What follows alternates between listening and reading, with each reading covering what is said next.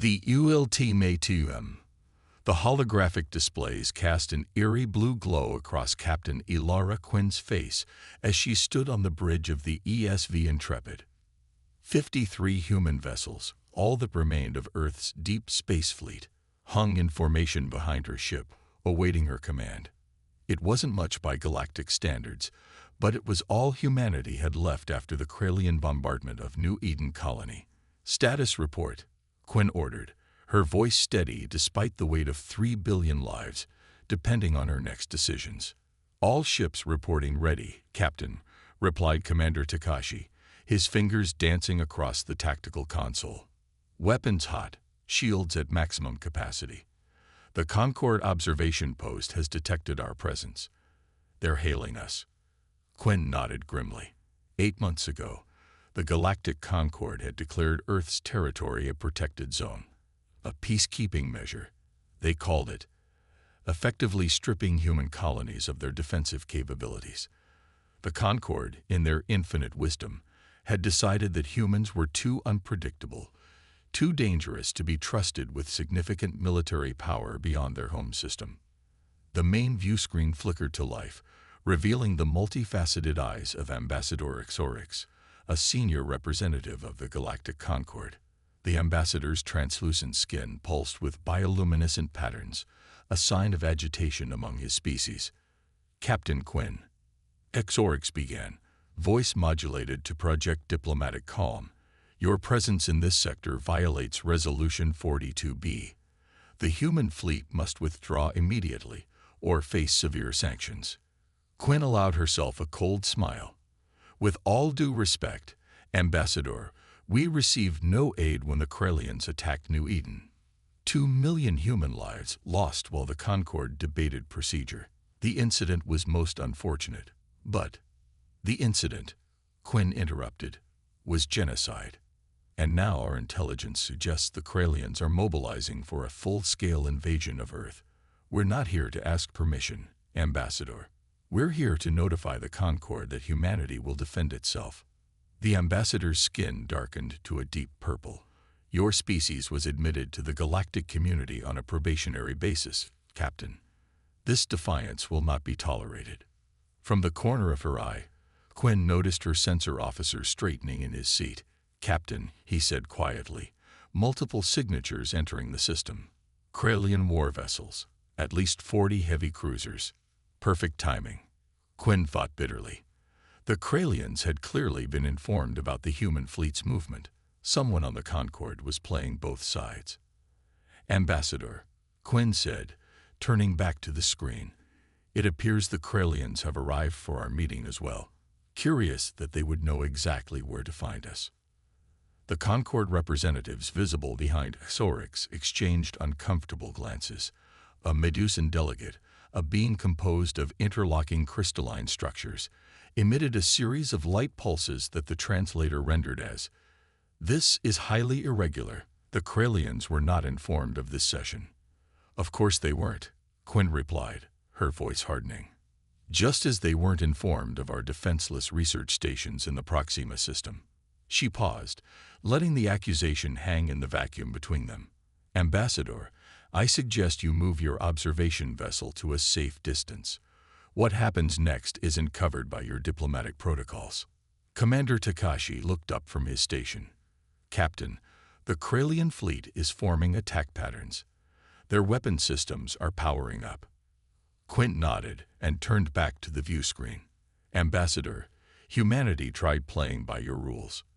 We downsized our military, shared our technology, opened our borders, and in return, we were left vulnerable to those you claimed to protect us from." Her eyes hardened.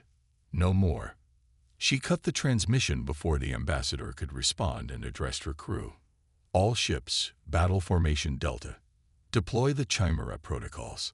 Throughout the human fleet, hidden compartments slid open, revealing technology the Concord had specifically forbidden. Quantum phase disruptors adapted from ancient technology discovered beneath the Martian ice sheets.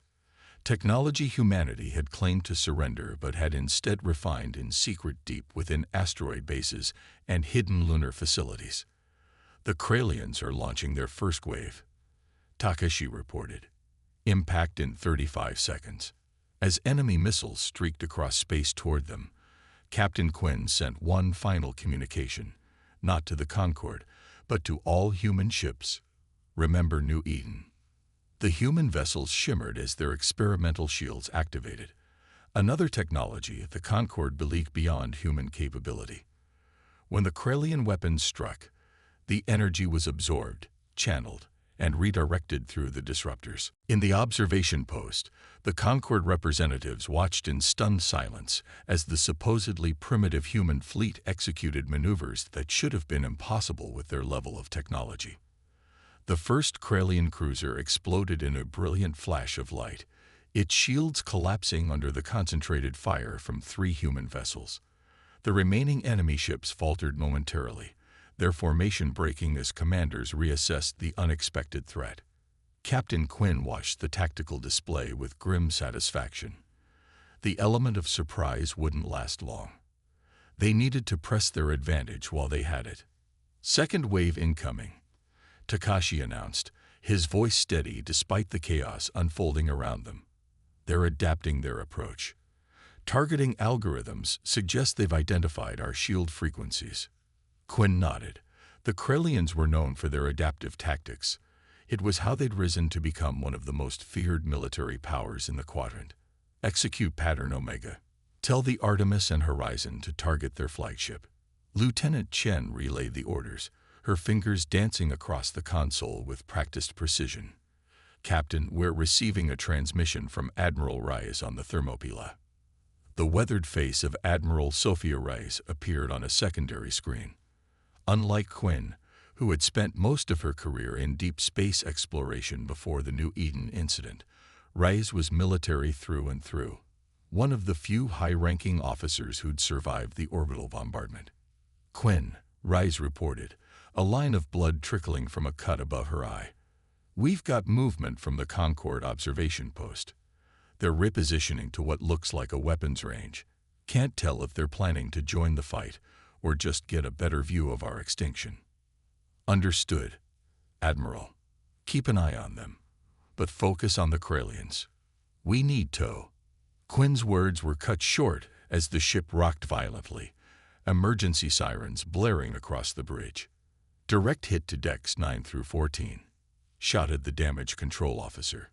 Shields holding, but they're down to 57% capacity. Quinn steadied herself against her command chair. Return fire. Target their weapons arrays. The ESV Intrepid surged forward, its newly revealed weapon systems cutting through the void with devastating effect. Behind them, the human fleet moved in perfect coordination, a dance they had practiced countless times in the hidden training grounds of the Kuiper Belt, far from the watchful eyes of Concorde observers. 3 more Krelian vessels erupted into expanding clouds of debris. But for each enemy ship disabled, the human fleet took damage as well. The Krelians outnumbered them, and despite humanity's technological surprises, this was still a battle against overwhelming odds. Captain, Takashi's voice carried an unusual edge. I'm detecting unusual energy signatures from the remaining Krelian vessels. They're changing. The main view screen zoomed in on the nearest Krelian cruiser. Its hull was shifting, reconfiguring before their eyes. Weapons ports sealed while others opened, shield emitters realigned. They're using symbiotic technology, Quinn realized aloud. The ships are adapting. This was unexpected. The Krelians were known for their advanced weaponry, but symbiotic hulls were thought to be exclusive to the mysterious Void Walkers from the Galactic Core, a race that had refused all contact with the Concorde for millennia. How is this possible? Chen whispered. The Concorde banned symbiotic tech after the Rift War. Quinn's mind raced, the pieces falling into place. The Concorde's insistence on humanity's disarmament, their reluctance to intervene when the Krelians attacked New Eden, and now this clear violation of the Concorde's own most sacred technological restriction. They've been playing us from the beginning, she said quietly. Someone wanted us gone, and the Krelians were their instrument. The ship rocked again as another blast struck their shields. Captain, "We're receiving a transmission," Chen announced. "Not from the Kralians or the Concord. I don't recognize the signature." "Put it through," Quinn ordered. The view screen flickered, and instead of the expected Kralian commander or Concord representative, a figure shrouded in darkness appeared. When it spoke, the voice was distorted, impossible to identify by species or gender. "Captain Quinn, your survival is unexpected. Perhaps there is more to humanity than our projections indicated." Quinn straightened in her chair. "Who am I addressing?" "An interested party. One who has observed your species since your first tentative steps beyond your solar system. The Concord fears you, as they should. The Kralians covet your worlds, as is their nature." "And what do you want?" Quinn demanded. The figure seemed to lean forward slightly, "To offer you a choice. The battle you fight now cannot be won through conventional means. The Kralian fleet is merely the vanguard. But there is another way, if you are willing to venture beyond the boundaries the Concord has established." Commander Takashi looked up from his console, his expression grave. "Captain, the Kralians are launching something new. Energy readings are off the charts." Quinn turned back to the mysterious figure on the screen. "I'm listening." "There is a reason the Concord restricted human expansion," the shadowy figure continued. "A reason they feared what you might discover in the dark between the stars. Find the Prometheus Protocol. It lies where they told you never to look." The transmission cut off abruptly as another blast rocked the ship. The battle raged on, but Captain Quinn's mind was racing with new possibilities and terrible questions. What was the Prometheus Protocol, and what secrets had the Concord been keeping from humanity? "The Prometheus Protocol," Quinn muttered, the strange words resonating in her mind as chaos erupted around her. "Lieutenant Chen, access the secured archives. Search for any reference to Prometheus Protocol." Takashi ducked as sparks showered from an overloaded console. "Captain, 5 more of our ships have taken critical damage. The Kralians are concentrating fire on the Thermopylae. Admiral Rise is requesting immediate assistance. Divert the Phoenix and Artemis to support the Admiral," Quinn ordered without hesitation. "And get me those archives, Lieutenant." Chen's fingers flew across her terminal. "Captain, I'm not finding anything in our standard databases, but there's a locked file in the Black Archives. It's got more security than I've ever seen." Quinn made a swift decision. "Use my command override. Authorization. Quinn Zulu 97 Echo." The bridge fell silent despite the battle raging outside. The Black Archives were forbidden territory, files so classified that even captains rarely had cause to access them. Most were recorded incidents from humanity's early encounters with alien species, diplomatic missteps deemed too dangerous for general knowledge. "File accessed," Chen announced, her voice dropping to a whisper. "Captain, this isn't a military protocol. Its coordinates. Deep space, beyond the Oort cloud, beyond Concord-sanctioned territory." Quinn's comm unit chirped. "Captain," came Admiral Reyes' strained voice, "we're taking a beating out here. The Kralian ships are evolving faster than we can adapt our targeting. And now the Concord observation post is moving into attack position." "I knew it," Quinn hissed. She turned to her tactical officer. "Commander Takashi, prepare a jump calculation to these coordinates." She transferred the data from Chen's station. "Captain," Takashi questioned, studying the numbers with growing concern, "this is well beyond charted space, and with our jump drive damage." "I know the risk, Commander." Quinn cut him off. "Send these coordinates to Admiral Rice with my personal encryption.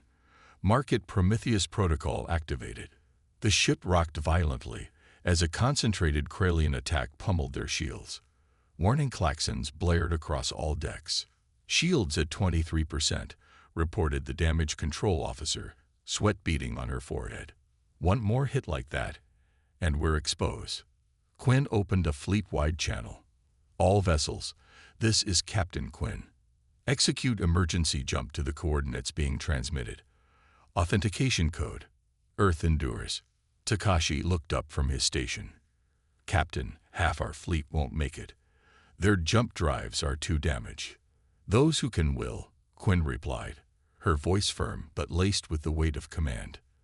Those who can't will cover our retreat and rendezvous at the secondary coordinates.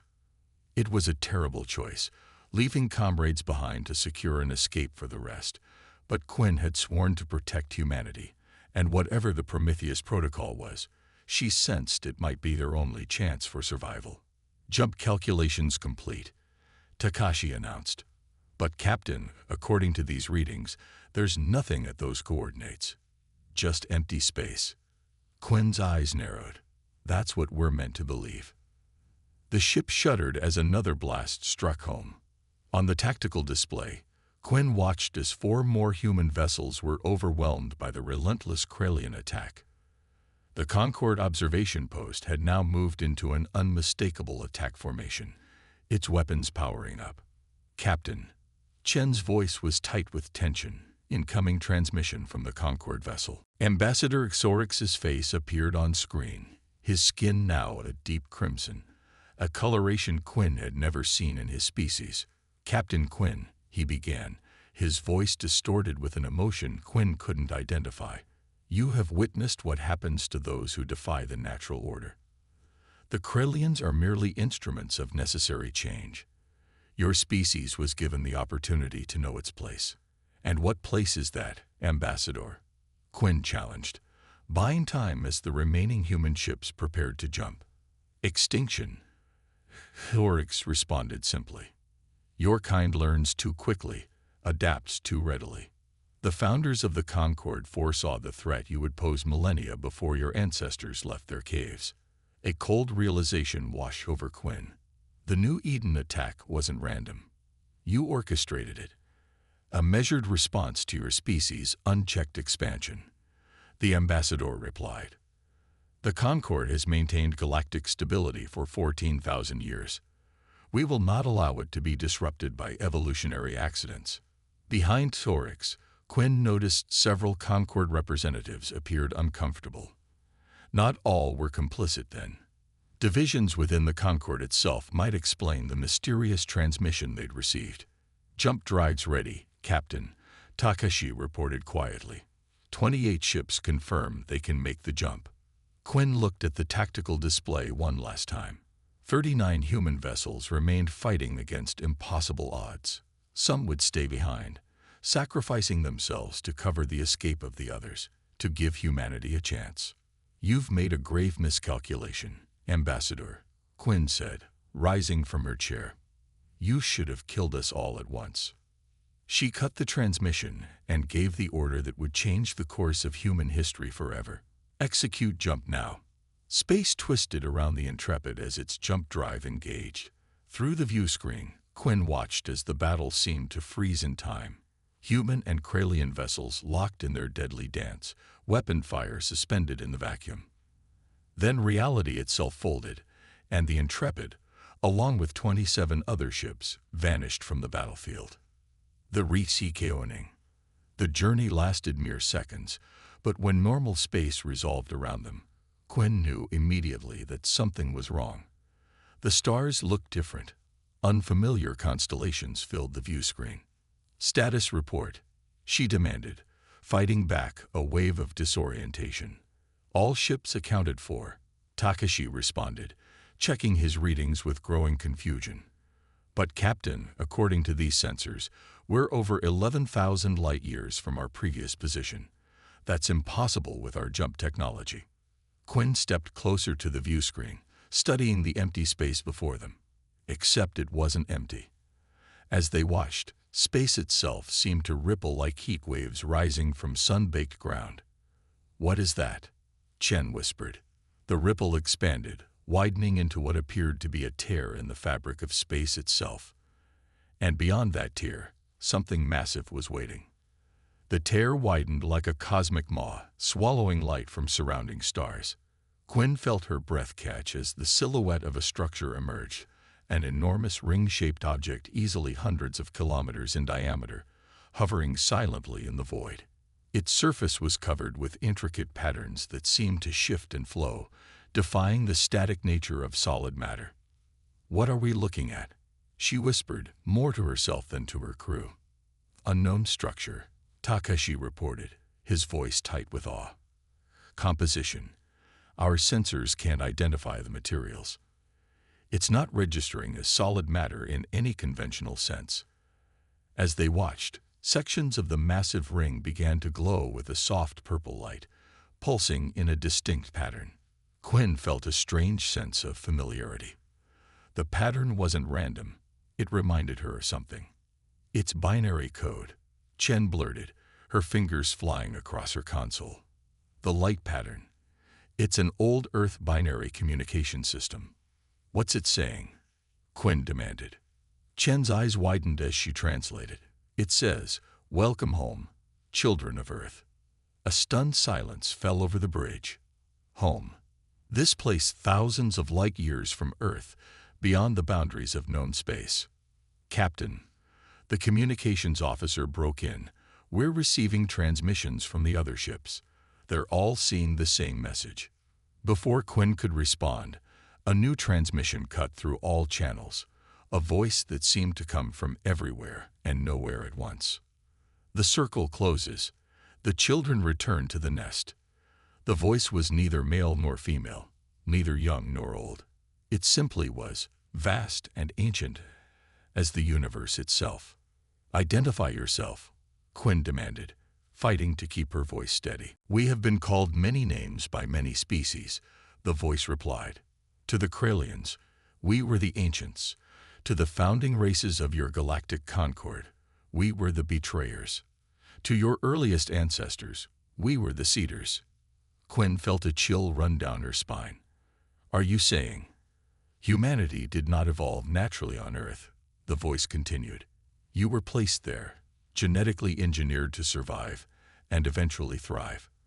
An experiment among thousands we conducted across this galaxy. Takashi stood from his station, face pale. That's impossible. We have fossil records, evolutionary history. Carefully constructed, the voice replied. The Concord races discovered the truth millennia ago, when they found one of our outposts.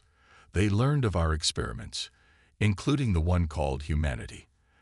They chose to contain you, to prevent you from ever discovering your true nature. Quinn struggled to process this revelation. If what you're saying is true, why create us at all? Why seed Earth with human life?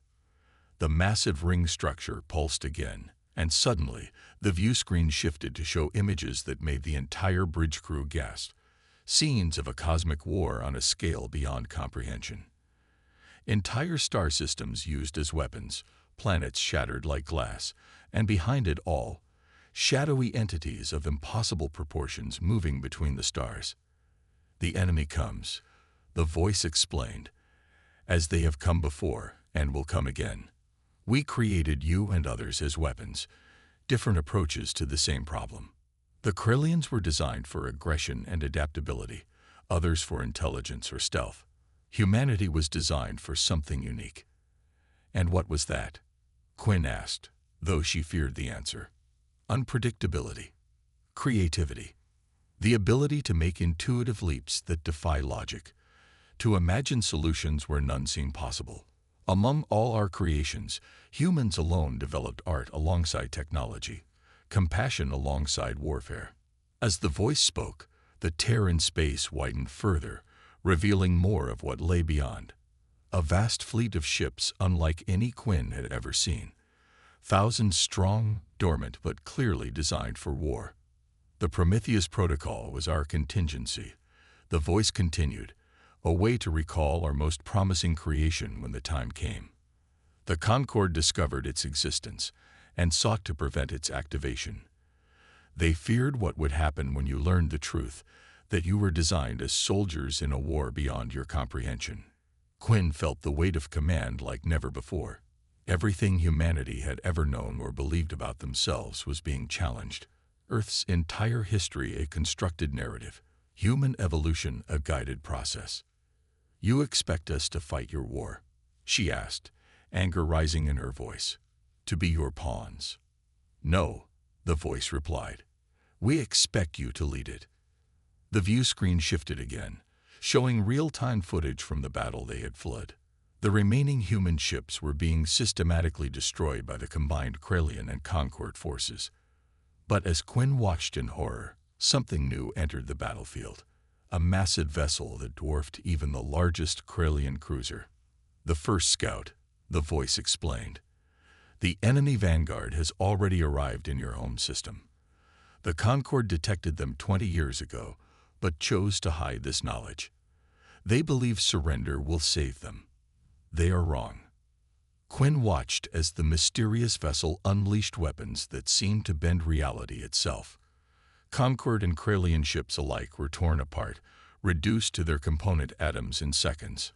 Your colonies will be next, then Earth itself. A heavy silence fell over the bridge. Quinn looked at the faces of her crew. Confusion, fear, but also determination. Whatever humanity's origins, Earth was still their home. Their families were there. What exactly are you offering us? Quinn finally asked. The ring structure pulsed once more, and a portion of it began to separate, revealing an opening into what appeared to be a massive docking bay. Technology beyond your imagining. The truth of your creation. And a choice, the voice replied. Accept your purpose as defenders of this galaxy, or watch as everything you love is consumed. Quinn turned to face her crew. Options. Takashi straightened his uniform, his expression resolute despite the existential revelation they'd just experienced. If what they're showing us is true, Earth has no defense against these things. We need to understand what we're dealing with. I agree, Quinn said, making her decision. But we enter with shields up and weapons ready. First sign of hostility, we withdraw. She opened a channel to the remaining human ships. All vessels, this is Captain Quinn. Form defensive formation and prepare to follow the Intrepid's lead. As she gave the order to advance toward the ancient structure, Quinn couldn't shake the feeling that they were crossing a threshold from which humanity could never return. Whether they were abandoning their humanity or embracing their true destiny remained to be seen. 20 hours later, Quinn stood in the grand chamber of the Galactic Concord's emergency session. The chamber, normally a model of order and decorum, was in chaos. Representatives from over 200 species shouted over each other, their translator units struggling to keep pace with the torrent of languages. Quinn had returned to Concord space with just 3 ships, the Intrepid, the Horizon, and the Artemis. But they were no longer the vessels that had fled the battlefield. Each had been transformed, integrated with technology that the ancient beings, who called themselves the progenitors, had shared. At the center of the chamber stood Ambassador Xorix, his skin now pale with fear rather than flushed with confidence. Beside him were the High Counselors of the Concord, the 7 eldest species who had guided galactic policy for millennia. Order, bellowed the Medusan High Counselor, light pulsing frantically across its crystalline form. We will have order. The chamber gradually quieted, all eyes turning to Quinn and her small contingent of human officers. Captain Quinn, began the Alluvian High Counselor, a being of pure energy contained within an environmental suit. You stand accused of violating Concord restrictions, deploying forbidden weapons, and consorting with entities deemed hostile to galactic peace. Quinn's laugh echoed through the chamber. Hostile to galactic peace. Is that what you call them? While you've been systematically weakening humanity, hiding the truth about our origins, and secretly preparing to sacrifice us to an enemy you were too frightened to face yourselves. Murmurs rippled through the assembled representatives. Many species were hearing these accusations for the first time. These are dangerous fabrications. Xorix interjected. The human is attempting to. The human, Quinn cut him off, has brought evidence. She nodded to Commander Takashi, who activated a device the progenitors had given them. A holographic display materialized in the center of the chamber, showing the same cosmic battle they had witnessed in the ancient ring structure. But this time, there was more. Records of Concord deliberations spanning thousands of years, detailed plans to contain and eventually eliminate humanity if they ever discovered the truth. 20 years ago, Quinn continued, her voice carrying to every corner of the vast chamber. Your long-range sensors detected an advanced scout of what the progenitors call the enemy. Instead of preparing, instead of uniting the galaxy against this threat, you decided to bury the information. You convinced yourselves that it might pass us by, that if you kept certain species, like humanity, weak and divided, they wouldn't draw the enemy's attention. The Medusan High Counselor's light patterns dimmed. You cannot understand the complexities of. I understand perfectly, Quinn interrupted. Fear. You've ruled this galaxy for 14,000 years, and in all that time, you never overcame your fear of what created you, of what humanity might become if we ever learned the truth. She stepped forward, addressing the entire assembly. The progenitors created dozens of species across this galaxy, each with different strengths, different approaches to problem solving. They knew diversity was the key to survival. But you, she turned to the High Counselors, preferred conformity, control. You've been systematically eliminating or subjugating any species that showed too much independence, too much creativity. The restrictions were necessary, the Alluvian Counselor insisted. You were created as weapons. Your capacity for violence is matched only by our capacity for compassion, Quinn finished, for innovation, for finding solutions where others see only problems. The very traits you feared are the ones that might save this galaxy. The holographic display shifted, showing the enemy scout vessel that had entered the Sol system. It was now surrounded by multiple Concord fleets, but their weapons were having little effect. While we've been arguing, Quinn said quietly, the enemy has begun its advance. Their scout has already destroyed half the combined Concord and Kralian forces in the Sol system. Their main fleet will arrive within a standard year. A hush fell over the chamber as the implications sank in. What would you have us do, Captain? Asked a representative from a species Quinn didn't recognize, one of the younger races, not yet cowed by centuries of Concord politics. Stop fighting each other, Quinn replied simply. The progenitors created us all with different strengths. It's time we started using them together. She turned back to the High Counselors. The technology the progenitors have shared with us can be adapted to work with Concord systems. Together, we might stand a chance. And if we refuse? Kazorix asked, though the fight had gone out of his voice. Quinn's eyes hardened. Then humanity will stand alone, as we always have. But know this, we won't go quietly. And when the enemy is finished with Earth, they'll come for each of you in turn. The Medusan High Counselor's lights pulsed in what Quinn had come to recognize as their equivalent of a deep sigh. What assurances do we have that humanity won't use this progenitor technology against the Concord once the enemy is defeated? None, Quinn replied honestly. Just as we have no assurance that you won't try to eliminate us again when this is over. Trust has to start somewhere. For several long moments, silence reigned in the chamber.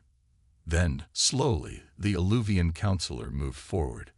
I have seen enough death in my 900 years, it said, its voice resonating through its environmental suit.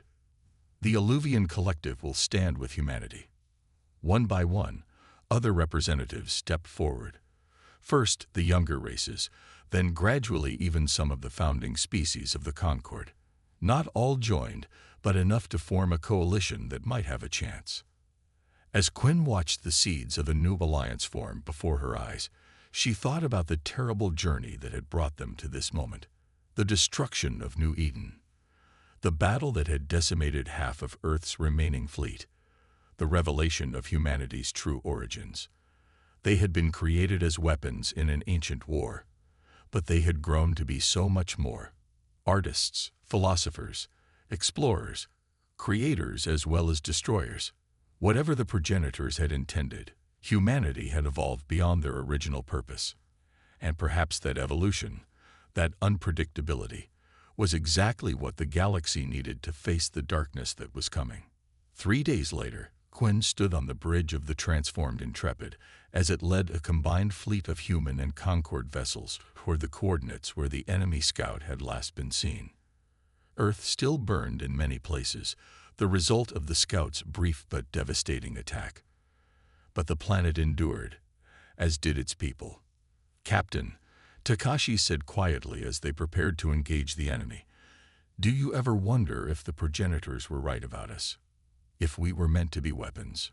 Quinn watched as the diverse ships of their newly formed alliance moved into position, each species bringing their unique strengths to the coming battle. "I think," she replied after a moment, "that what we were meant to be and what we choose to be are two different things. The progenitors gave us the capacity for war, yes, but they also gave us the capacity to question, to create, to love." She turned to face her tactical officer. "Today we fight to protect those we love. Not because we were designed for it, but because we choose it." Takashi nodded, understanding reflected in his eyes. "All ships reporting ready, Captain," Chen announced from her station. "The enemy scout is holding position just beyond Jupiter's orbit." Quinn took a deep breath, feeling the weight of not just humanity but dozens of Concord species resting on her shoulders. Whatever came next, they would face it together, not as pawns in an ancient game, but as architects of their own destiny. "All ships," she ordered, her voice resolute, "advance."